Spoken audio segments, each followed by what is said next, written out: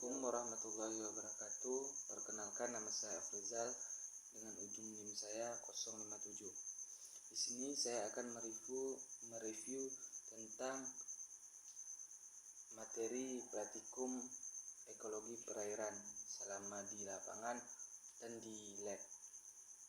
Untuk materi yang pertama adalah suhu. Suhu adalah suatu ukuran dari tingkat panas atau dingin suatu benda. Ini mencerminkan energi kinetik partikel-partikel dalam suatu sistem. Semakin tinggi suhu, semakin tinggi energi kinetik partikel tersebut. Satuan untuk mengukur suhu adalah derajat Celcius. Di dalam sistem metrik atau Fahrenheit. Di dalam sistem imperial. Ada juga satuan suhu lainnya seperti Kelvin yang digunakan dalam banyak aplikasi ilmiah. Suhu juga dapat diukur menggunakan berbagai jenis termometer atau sensor suhu. Untuk materi yang kedua yaitu tentang salinitas. Salinitas mengacu pada kontraksi garam atau larutan garam dalam air. Ini adalah ukuran seberapa banyak garam terlarut, biasanya dalam bentuk natrium klorida atau NaCl, terdapat dalam suatu volume air. Salinitas biasanya diukur dalam satuan per 1000 atau per mil. Lingkungan air dengan berbagai tingkat salinitas memiliki dampak langsung pada organisme hidup di dalamnya, terutama organisme air laut. Lingkungan dengan salinitas tinggi ditemukan di laut, sedangkan air tawar seperti sungai atau danau biasanya memiliki salinitas yang lebih rendah. Beberapa faktor yang dapat mempengaruhi salinitas air meliputi penguapan, curah hujan, aliran sungai, yang terakhir proses geologis. Salinitas yang berfluktuasi dapat mempengaruhi organisme hidup di dalamnya.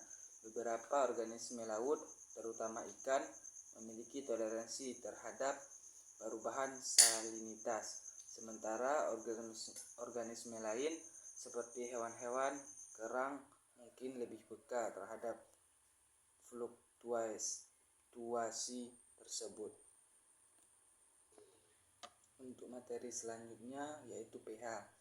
pH adalah ukuran derajat keasaman atau kebasaan suatu larutan. Skala pH berkisar dari 0 hingga 14, dengan 7 dianggap sebagai netral.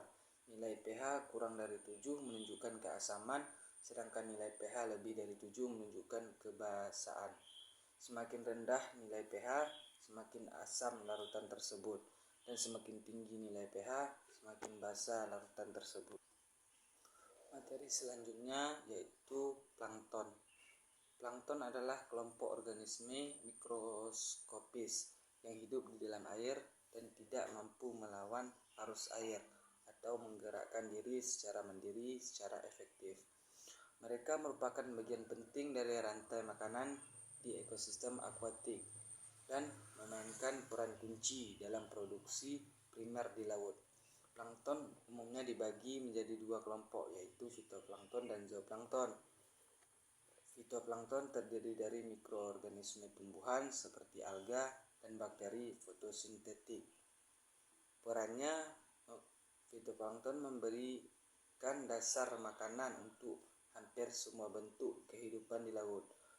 Mereka menghasilkan oksigen dan berperan dalam siklus karbon dan nutrien di ekosistem akuatik.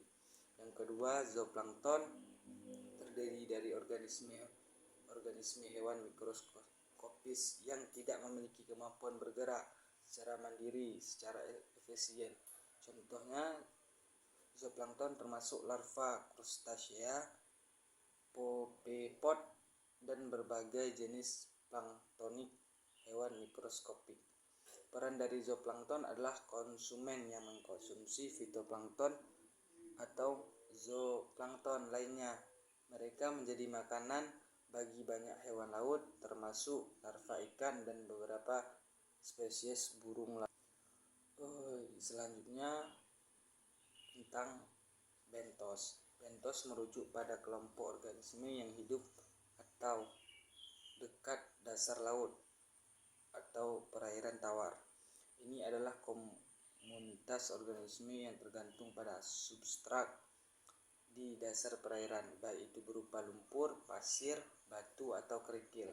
Organisme yang termasuk dalam kelompok bentos disebut sebagai bentos atau organisme benthic. Ada dua jenis utama bentos, yaitu bentos infauna dan juga bentos epifauna. Sekian dari saya akhiri. Assalamualaikum warahmatullahi wabarakatuh.